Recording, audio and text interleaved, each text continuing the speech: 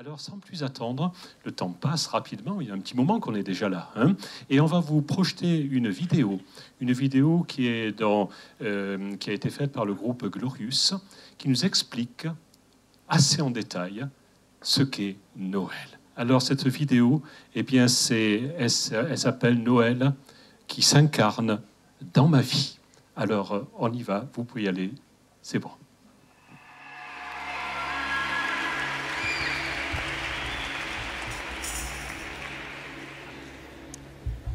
Vous savez, dans quelques jours, nous allons célébrer, j'espère pour vous, mais en tout cas pour moi, vraiment la plus belle fête de l'année. Vraiment ce qu'il y a de plus beau au monde. Mais vous savez, aujourd'hui, on entend beaucoup de gens dire « Oui, mais Noël, c'est dommage parce que c'est devenu une fête commerciale et c'est terrible parce que même en Europe et en Occident, ce qui va être consommé à table, c'est une honte et Noël, ça a été dépouillé de ses valeurs et tout ça. » En fait, moi je trouve pas que ce soit ça vraiment le problème.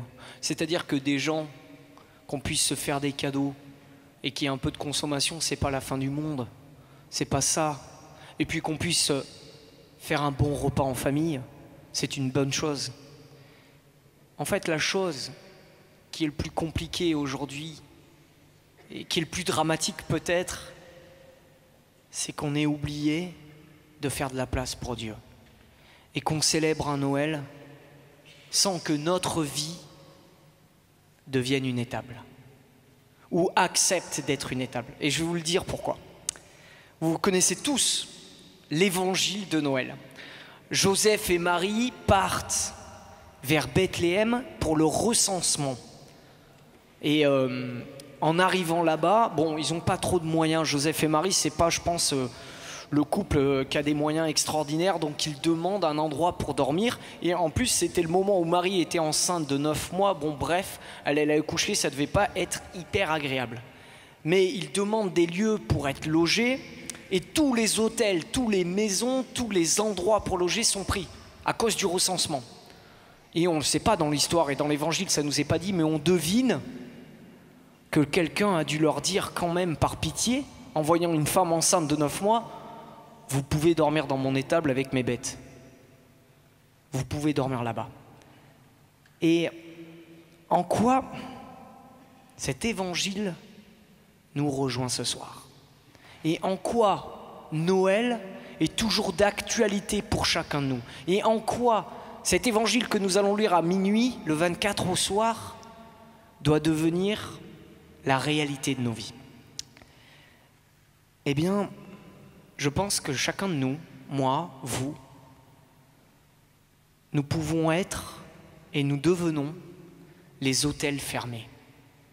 C'est-à-dire des gens qui restons des fois extérieurs à Dieu et qui avons tellement d'occupations et tellement de préoccupations qu'il n'y a plus de place pour Dieu et que nos vies sont tellement pleines de soucis du quotidien et de toutes choses et du travail et des relations dans le couple et des relations avec mes enfants et des problèmes que j'ai eus et bref, nous sommes pleins de nous-mêmes.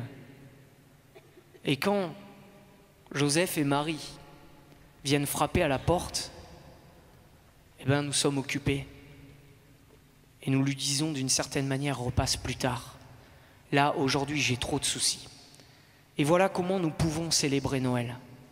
Et voilà le drame de notre monde aujourd'hui.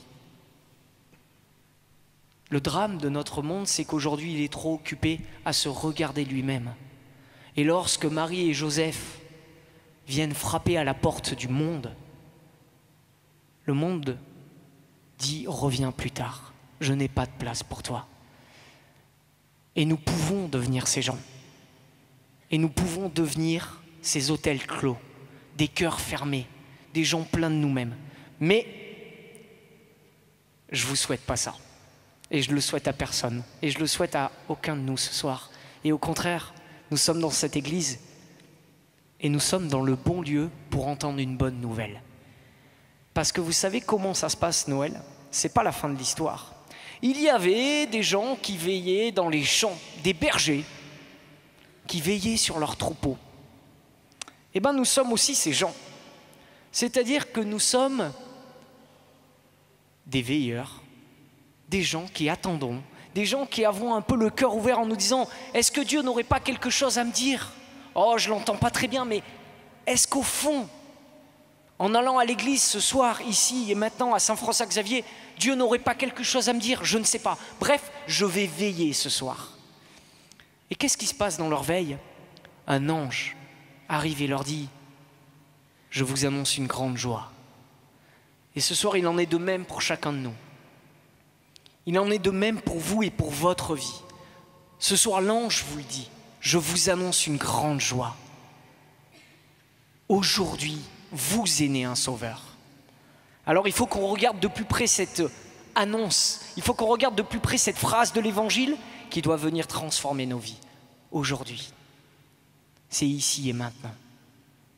Cet aujourd'hui, il est pour toi. Ce n'est pas il y a que 2000 ans. C'est aujourd'hui que Dieu veut venir. C'est aujourd'hui même que s'accomplit quelque chose de Dieu pour toi. C'est aujourd'hui même qu'il a décidé de se pencher sur ta vie. C'est aujourd'hui même que la bonne nouvelle entre, qu'il en est fini des mauvaises nouvelles, qu'il en est fini du passé, que désormais Dieu a décidé de rejoindre ta vie. Aujourd'hui, vous êtes né un sauveur. Pour toi. C'est pas aujourd'hui est né un sauveur. C'est aujourd'hui, vous êtes né un sauveur. C'est-à-dire que cette annonce, elle est pour vous, elle vous concerne, elle est pour toi. Dieu n'a pas voulu être Dieu seulement pour se manifester comme Dieu. Il a voulu être le Dieu pour toi. Il a voulu être le Dieu pour nous. C'est pour nous qu'il est descendu sur terre. C'est pour nous rejoindre, pour nous aimer, pour nous guérir, pour nous consoler, pour nous toucher, qu'il est venu jusqu'à nous. Ce message, il nous concerne et il est pour nous, aujourd'hui même, ici et maintenant.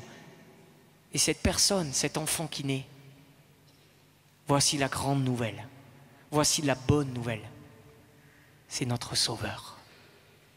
En cet enfant, Dieu a concentré toute sa grâce, sa consolation, son amour pour vous. Dieu ne vous a pas laissé seul. Voici le message de Noël. Dieu ne vous a pas abandonné. Peut-être qu'actuellement vous vivez une période difficile dans votre couple, dans vos relations avec vos enfants, dans votre vie, dans votre travail, que vous êtes tendu, comme le disait Tom, que en ce moment votre foi vacille.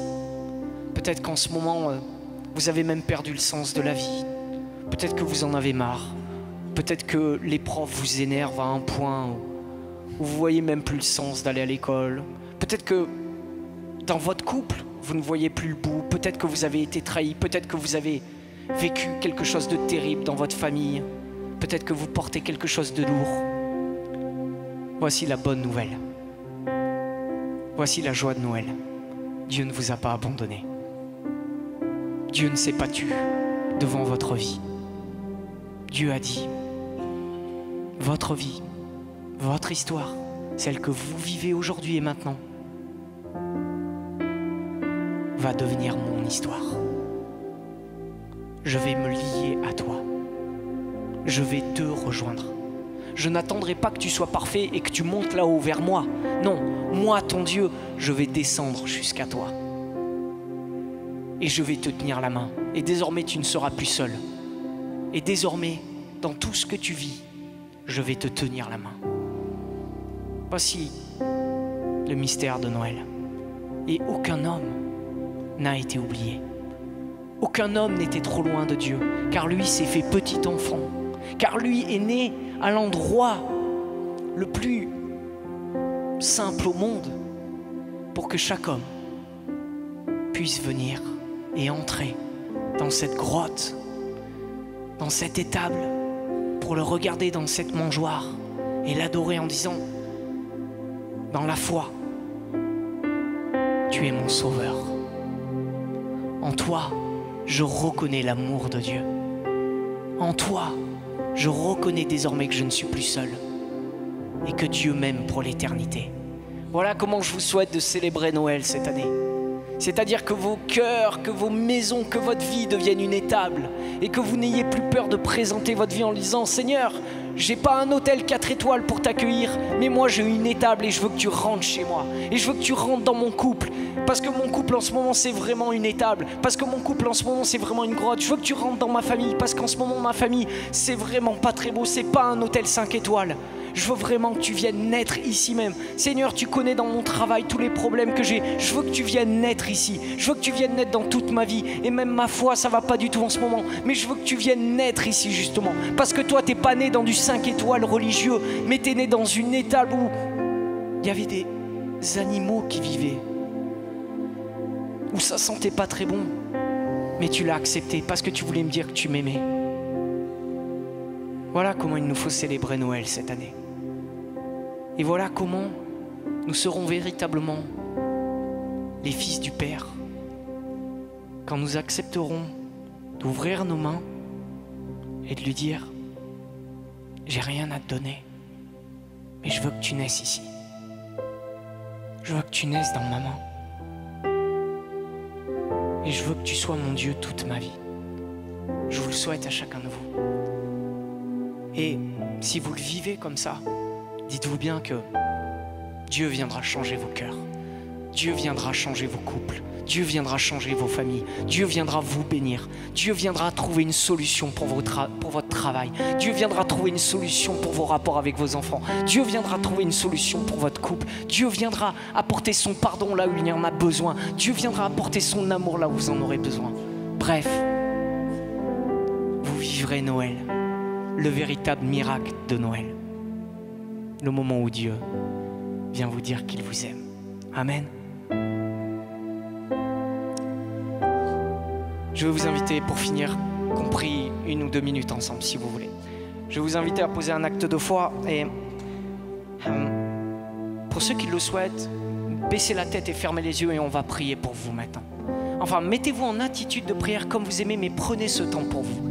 Prenez vraiment cet instant à fermer les yeux et à prier pour vous, pour votre famille, pour votre couple, pour vos enfants, pour tout ce que vous portez, pour vos rêves, pour tout ce que vous êtes. On va prier chacun les uns pour les autres maintenant et on va prier pour vous. On va demander à Dieu maintenant de venir s'établir en chacun de nous et qu'il trouve en chacun de nous cette petite crèche où il sera accueilli, ce petit endroit où il pourra enfin naître. Père, nous sommes heureux ce soir d'être dans ta maison. Nous voulons te rendre grâce de nous accueillir. Mais bien plus encore, nous voulons te rendre grâce de nous avoir donné ce que tu avais de plus précieux, ton Fils Jésus-Christ. Père, tu ne nous as pas abandonnés. Tu ne nous as pas laissés seuls. Mais tu nous as envoyé ton Fils pour nous sauver, pour nous guérir, pour nous consoler, pour nous pardonner, pour nous relever, pour nous envoyer. Ce soir, nous te le demandons. Viens poser ta main sur chacun de nous maintenant. Viens renouveler nos vies. Viens changer nos cœurs. Prépare nos cœurs à t'accueillir. Permets-nous de vivre ces derniers jours dans l'attente. Permets-nous de préparer nos cœurs. Permets-nous d'être une crèche, une grotte, une étape pour toi. Permets-nous de ne pas rester sourds et muets lorsque tu viendras frapper à notre porte. Au moment où tu viendras demander l'hospitalité, au moment où tu voudras parler dans notre vie, au moment où tu voudras dire quelque chose, permets-nous de l'entendre. Que nous ne soyons pas sourds au moment où tu viendras frapper à notre porte. Que nous ne soyons pas un hôtel plein de nous-mêmes, mais que nous ayons au moins un petit endroit où nous puissions dire viens, viens ici. Que nous n'ayons aussi jamais peur de te présenter nos vies telles qu'elles sont. Parce que toi, tu n'as pas eu peur de naître dans le pire endroit qui soit dans le monde, là où aucun de nous n'est né, là où aucun de nous n'a accepté de naître. Toi, tu l'as accepté parce que tu as voulu nous montrer que tu voulais nous rejoindre jusqu'au bout, que tu voulais te lier à nous et que notre histoire devenait ton histoire. Père, pour tout cela, et pour tant de choses. Nous voulons te dire merci. Merci pour ton Fils Jésus. Merci pour cet enfant qui va naître et qui vient nous sauver. Si vous aviez une chose à dire à Dieu, si ce soir, vous aviez cette chance unique d'être un berger et de rentrer dans la grotte de Bethléem, qu'est-ce que vous diriez à cet enfant? Qu'est-ce que vous diriez à Dieu? Qu'est-ce que vous lui confieriez? Qu'est-ce que vous lui demanderiez? Si vous aviez une seule chose et une seule chance de vous retrouver dans la grotte de Bethléem maintenant, à côté de Marie et Joseph, et de dire « Moi, j'ai juste entendu l'annonce de l'ange et je viens voir cet enfant », qu'est-ce que vous diriez? Qu'est-ce que vous confieriez à Dieu? Eh bien, cet instant est venu. Et croyez bien une chose, que lorsque vous parlez à Dieu, Dieu vous répond. Amen. Voilà, dans quelques minutes, nous allons prendre le verre de l'amitié. Et je pense que vous attendez tous ce moment avec impatience. Mais simplement, peut-être, s'il y a encore quelques mots à dire ce matin par rapport à la célébration de la naissance de Jésus. Et je crois que notre ami l'a bien dit dans cette vidéo. C'est vrai que d'une certaine manière, Noël, c'est l'occasion de nous retrouver en famille. Et il avait raison de le préciser. Je crois que, vous voyez, c'est autour de la personne de Jésus, en fin de compte, ça devient un temps de rassemblement. Alors, peut-être que pour certains, c'est le cadeau qui va plus les intéresser, mais je crois que Dieu nous a fait un cadeau extraordinaire en la personne de Jésus, son Fils. Et c'est pour cette raison que ce matin, on vous a donc invité, qu'on soit croyant ou pas, je crois que libre à chacun de croire ou de ne pas croire, mais dans une église, généralement, on y retrouve des croyants.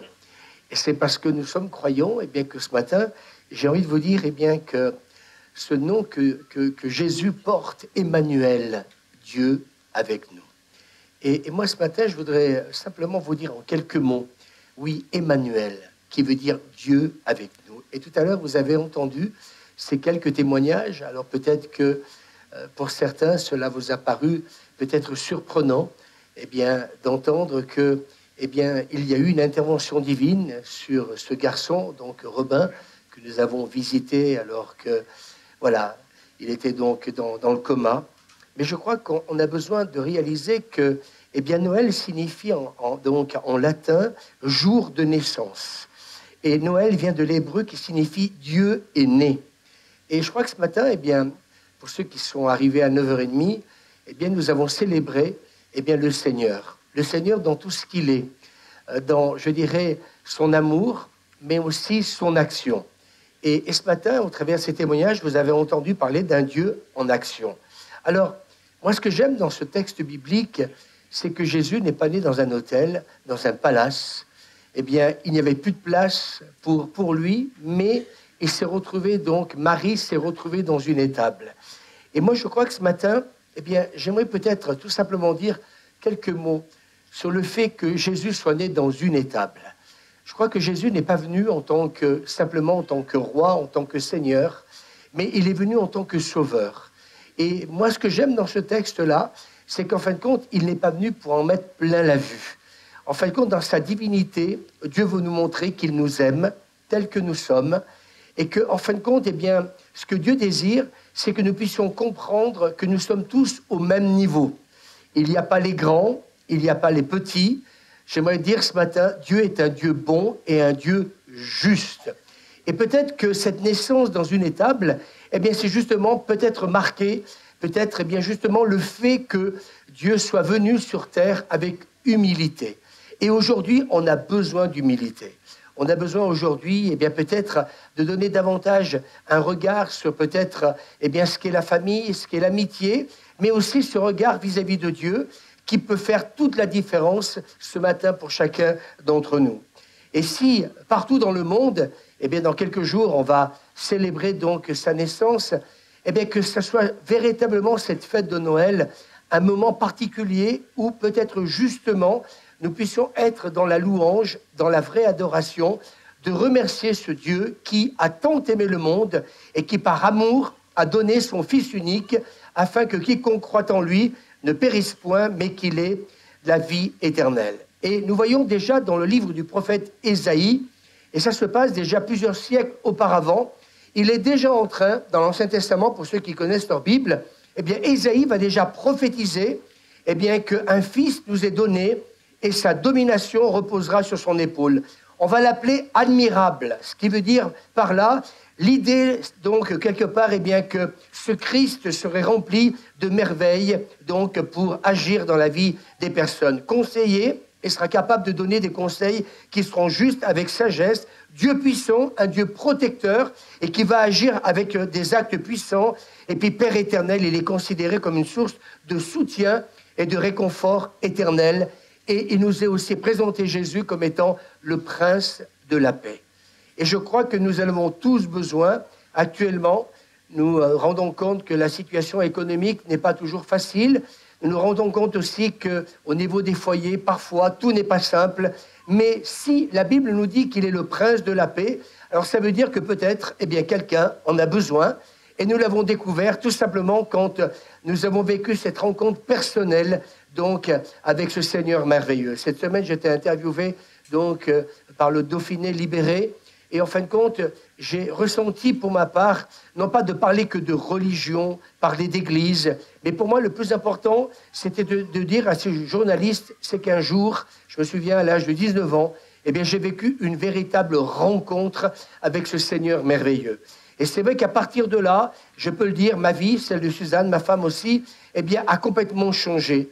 Elle a changé parce qu'il s'est révélé comme Seigneur, comme Sauveur, et en même temps celui qui nous aime, et celui qui est capable de nous donner cette paix véritable. Alors je ne sais pas, peut-être que quelqu'un ce matin, eh bien, en a besoin, alors vous êtes au bon endroit.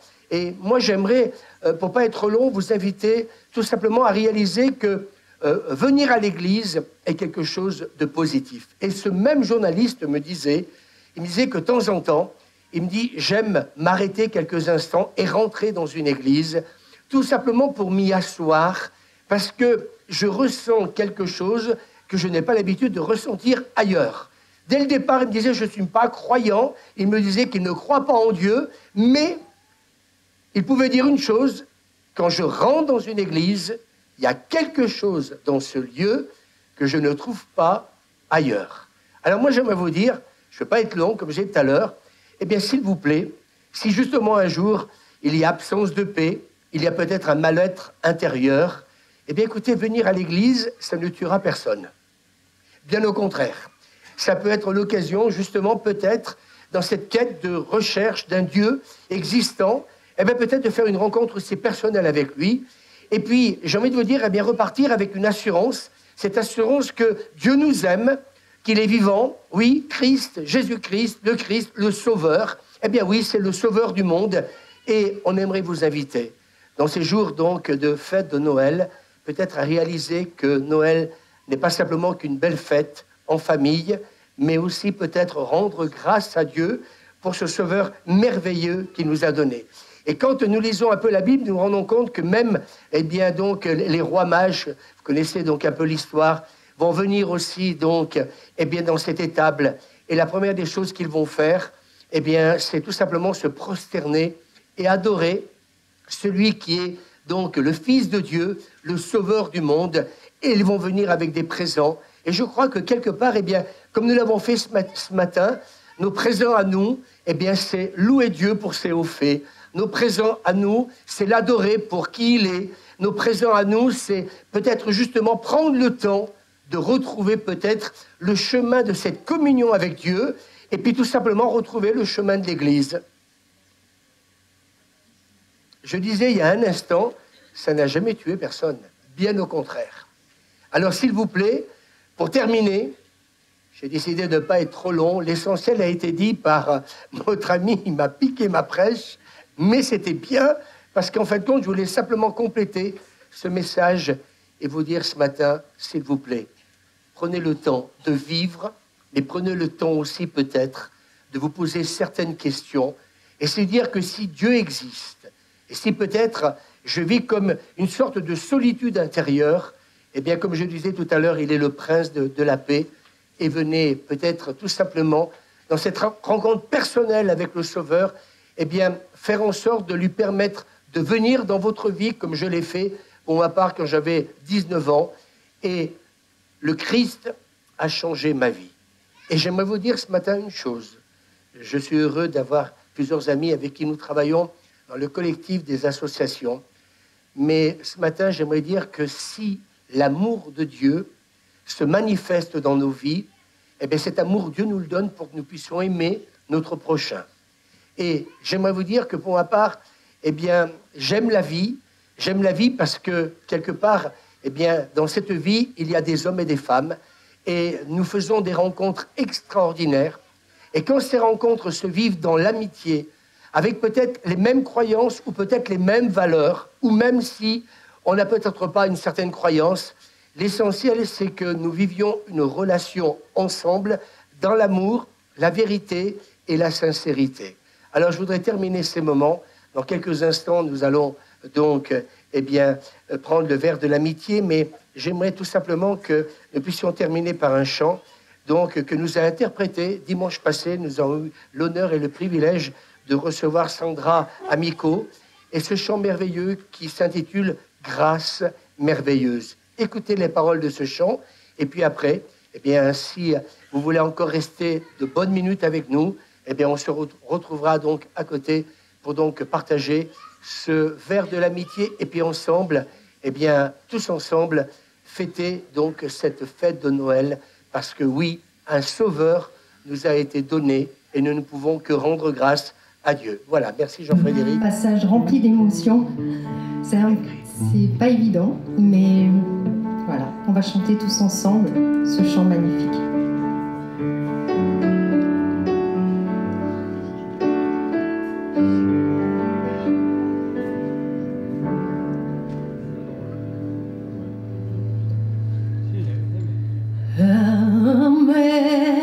Amazing grace, how sweet the sound that set a wretch like me.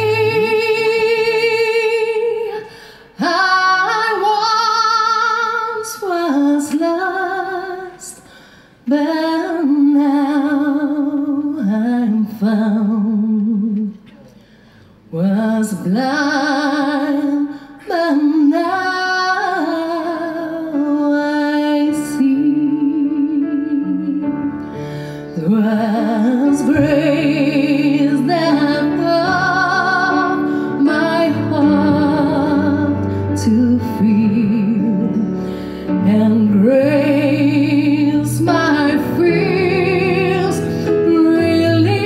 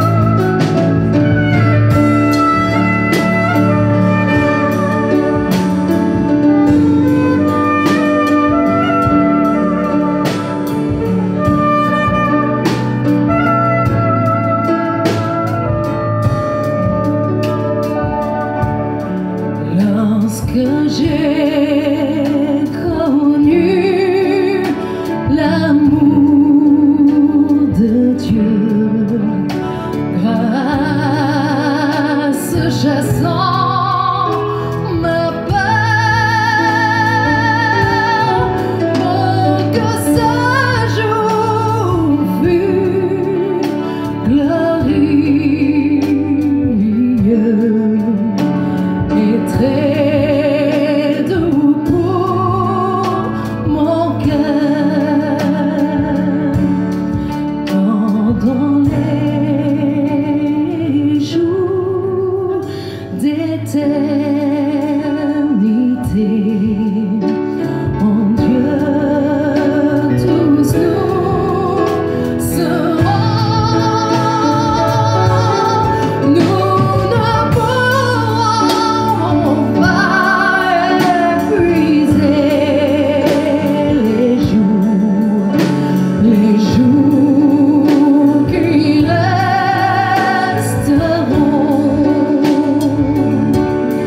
En Dieu tous nous serons avec nous.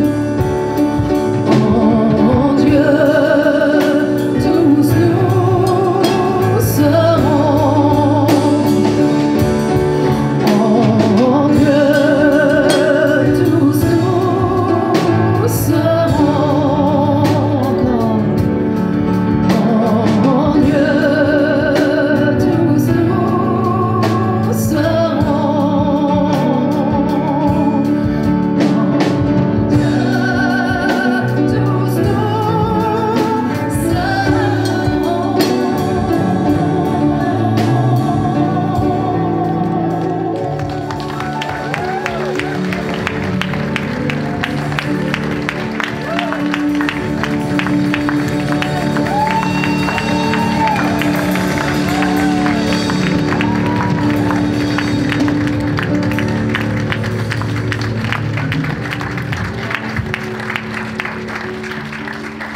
Merci beaucoup. Un très beau moment pour moi. Merci.